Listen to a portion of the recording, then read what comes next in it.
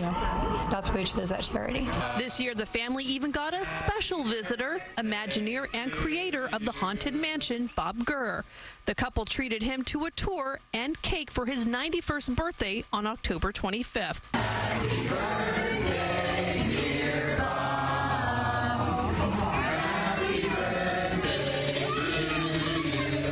to you. Bob Gurr gave us his stamp of approval last night, so if we can get his stamp of approval for how good it is, it's good, so the kids should come out. In Aliso Viejo, Leticia Juarez, ABC 7 Eyewitness News. What a tribute to Bob, too. That's great. If you know a person or organization that's making a difference in the lives of veterans, tell us at abc7.com/salutes. And share your Halloween and Dia de los Muertos spirit with the Eyewitness News team. You can send us a picture of your Halloween costumes, home decorations, or creative pumpkin carving. You can also share your Dia de los Muertos costumes and ofrendas. Go to abc7.com/community. Send us your photo, and you might see it here on Eyewitness News. That's what happens when I switch from Spanish to English. Thanks for joining us for Eyewitness News at 6 o'clock. Tune in for us here at 11 here on ABC 7.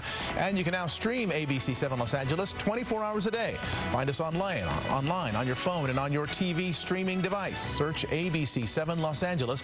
Now let's go to World News Tonight with David Muir up next.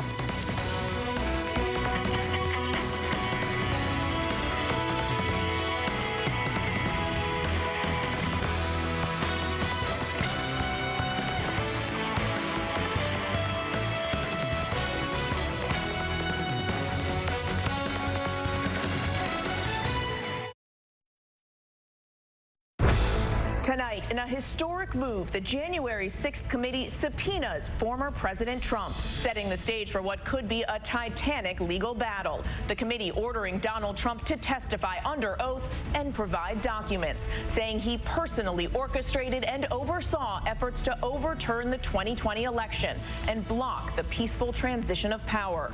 His legal team responding late today. The subpoena issued just hours after Trump's former top advisor, Steve Bannon, was sentenced to prison for contempt of Congress. What if Donald Trump doesn't comply with the committee? Pierre Thomas standing by. Cases of children hospitalized with respiratory illness are spreading across the country. 43 states now reporting a surge in young patients. A mother and son in Texas riding in an ambulance for 80 minutes trying to find a hospital with space.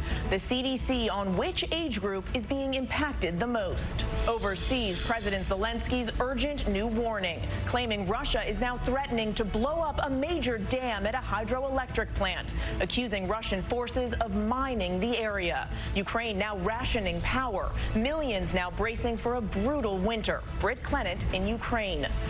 Showdown in Arizona. Election deniers in key races up and down the ballot. Jonathan Karl one-on-one with Republican candidate for governor Kari Lake. The former TV news anchor pressed, will she accept the election results if she loses? And the question about the results for her Democratic opponent, Katie Hobbs, that she says she's not ready to answer.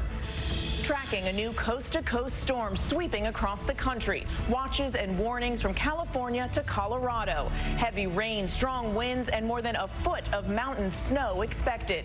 Rob Marciano timing it out. The urgent search underway tonight for a missing family of 4. The new surveillance image released by police. The family disappearing after the father made a disturbing call to 911. The mystery uncovered in the backyard. Landscapers discovering a car buried for decades behind a $15 million mansion. And America Strong tonight, the mother and father and the life-saving gifts to their young children. From ABC News World Headquarters in New York, this is World News Tonight with David Muir. Good evening, and it's great to have you with us on a Friday night. I'm Mary Bruce, in for David. And we begin with that breaking news from the investigation into the attack on the Capitol. The House committee has issued a subpoena to former President Trump to provide documents and testimony, setting the stage for a potentially historic legal battle. In a letter, the committee saying they do not take this action lightly, but they are obligated to seek answers directly from the former president after gathering evidence that he personally orchestrated and oversaw a sweeping effort to overturn the election and obstruct the peaceful transition of power. Late today, Trump's legal team with a preliminary response. That subpoena sent just hours after a federal judge sentenced longtime Trump advisor Steve Bannon to 4 months behind bars for refusing to cooperate with the same House committee that has now subpoenaed the former president. The question tonight, will former President Trump comply? And what happens if he does not? ABC's Chief Justice correspondent Pierre Thomas leads us off from Washington. Tonight.